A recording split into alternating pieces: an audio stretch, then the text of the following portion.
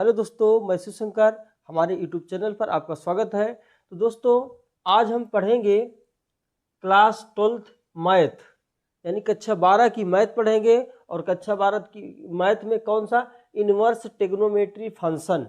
Inverse trigonometry function क्या होता है, ये बेटा दूसरे चैप्टर में आपको पढ़ने को मिलेगा। जो दूसरा चैप्टर है कक्षा 12 का, उसमें आपको मिलेगा इन्वर्स ट्रिग्नोमेट्री फंक्शन। ये इन्वर्स ट्रिग्नोमेट्री फंक्शन क्या होता है बेटा? तो हमें पढ़ना है प्रतिलोम त्रिकोणमिति फलन पढ़ना है। तो इसमें बेटा फलन पढ़ने से पहले देखिए,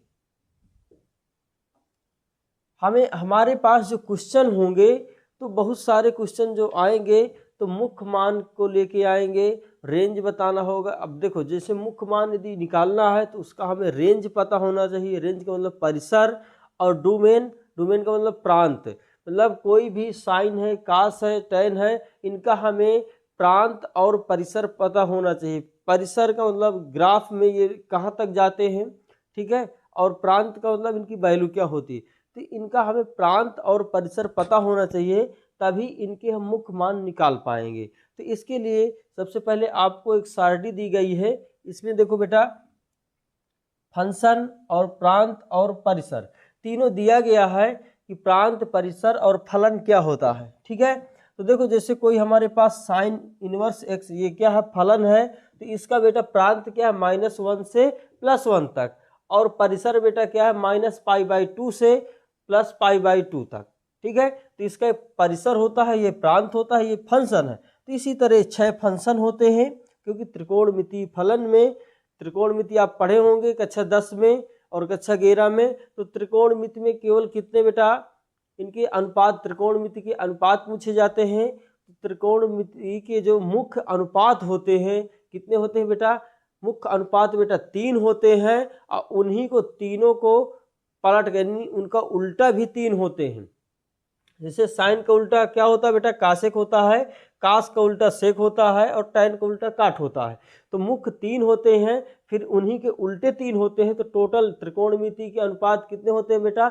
6 होते हैं। जबकि ये पूछ लिया जाए कि त्रिकोणमिति के मुख्य अनुपात कितने होते हैं, तो मुख्य 3 होते हैं। ठीक समझ में आ गया? चलिए, तो ये 6 अनुपात हैं। इनका प्रांत दिया गया है और इनका परिसर दिया गया है। जब तक ये आपको याद नहीं रहेगा, तब तक आप बच्चे ये जो मुख्य मान है, तो ये आप नहीं फाइंड कर पाएंगे। तो इंटर में दिया गए हैं, तो आप लोगों को ये तो याद होना जरूरी है। इसके बाद भी हमने कई सारणी लगाई हुई है, जैसे मुख्य मान की हो गई, ये तो अभी प्रांत परिसर है। अभी हमें मुख्य मान ज्ञात करना है इनका, कि मुख्य मान क्या होता है। चलो देखो, ये पहला उदाहरण का पहला क्वेश्चन है, इसको हम बेटा देख लेते हैं। ये हमारे पास दिया गया है, मुख्य मान ज्ञात कीजिए। तो जो हमारे पास क्वेश्चन है, इसका हमें मुख्य मान ज्ञात करना है। तो हमने बेटा इसकी रेंज परिसर तो देख ली है। देखो, रेंज कितनी? -1 से, रेंज है -π/2 से +π/2 तक, और इसका प्रांत क्या है? -1 से +1 तक। चलो, तो इसको सबसे पहले हल कैसे करना है बेटा? तो देखो, कक्षा 12 में पहुंच चुके हैं, आप लोगों ने मैथ पढ़ी होगी। तो मैथ में मानना पड़ता है। कोई भी फलन हमें दिया है तो इसको हम मान लेते हैं। माना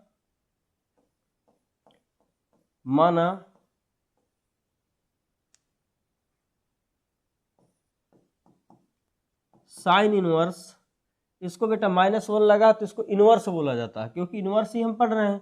साइन इनवर्स √3/2 इक्वल टू, बेटा यक्स मान लो, वाई मान लो, कुछ भी मान सकते हैं, ठीक है, क्योंकि फलन मानना है हमें। अब देखो बेटा, यदि हम इसको उस पार ले जाएंगे, तो कोई चीज आपने पढ़ा होगा कि यदि इनवर्स में होती है, तो इसको हम बेटा क्या लिख सकते हैं? इसको 1/x लिख सकते हैं। क्या ऐसे लिख सकते हैं क्या? तो जो चीज इनवर्स में होती है, उसको हम बटे में लिख सकते हैं, ठीक है। तो ये बेटा एक प्रकार से बटे में यदि लिखेंगे, तो इसका साथ इधर गुणा हो जाएगा। तो क्या हो जाएगा बेटा? साइन x इक्वल टू √3π/2, इतना हो जाए क्या भाई? देखो जैसे ये इन्वर्स में लिखा है तो इसको इसके बटे में भी लिख देंगे, इसका गुणा उधर होगा तो x के साथ गुणा हो जाएगा, इधर कितना √3/2 ही बचेगा। ठीक है, ऐसे थोड़ा और समझा देते हैं।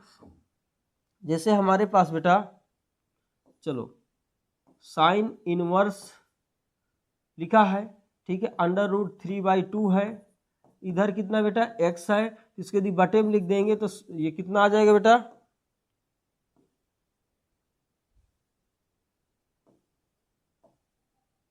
ये आ जाएगा बेटा हमारे पास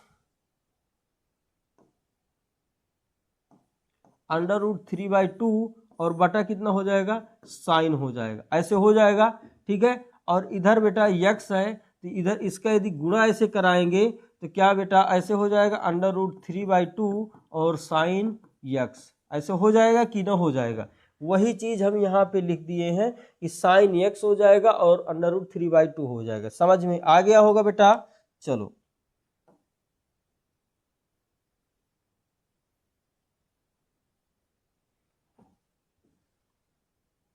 तो यहाँ से अब इसको हम इतना हल कर लिए हैं। अब ये बताइए बेटा कि ये √3/2 है, √3/2 है, ये हमारा कहाँ का मान होता है, कितने में, साइन में कितने का मान होता है, ये हमको बताना पड़ेगा। तो बेटा जो इसका साइन में मान होता है तो क्योंकि हम इसकी रेंज भी पढ़े, रेंज तो पढ़े ना, इसकी रेंज क्या होती है बेटा, जो इसकी रेंज होती है साइन की तो -π/2 से +π/2 इतने के बीच में होती है, यानी -π/2 से +π/2 तक। तो चतुर्थांश अब जब आप पढ़ेंगे तो माइनस यहाँ से होता है π/2, भाई 0 से स्टार्ट होता है। ठीक है, तो -π/2 किधर इसमें जाता है, जब साइन जहाँ नहीं होता वहीं तो जाता है ना, जैसे यहाँ पे साइन नहीं हो तो यहाँ पे माइनस में जाएगा। ठीक है, तो -π/2 से +π/2 तक होती है इसकी परिसर। चलो तो इसको, इसका जो देखो, इसका जो बेटा मान होता है इसका, तो इसका मान हो जाता है बेटा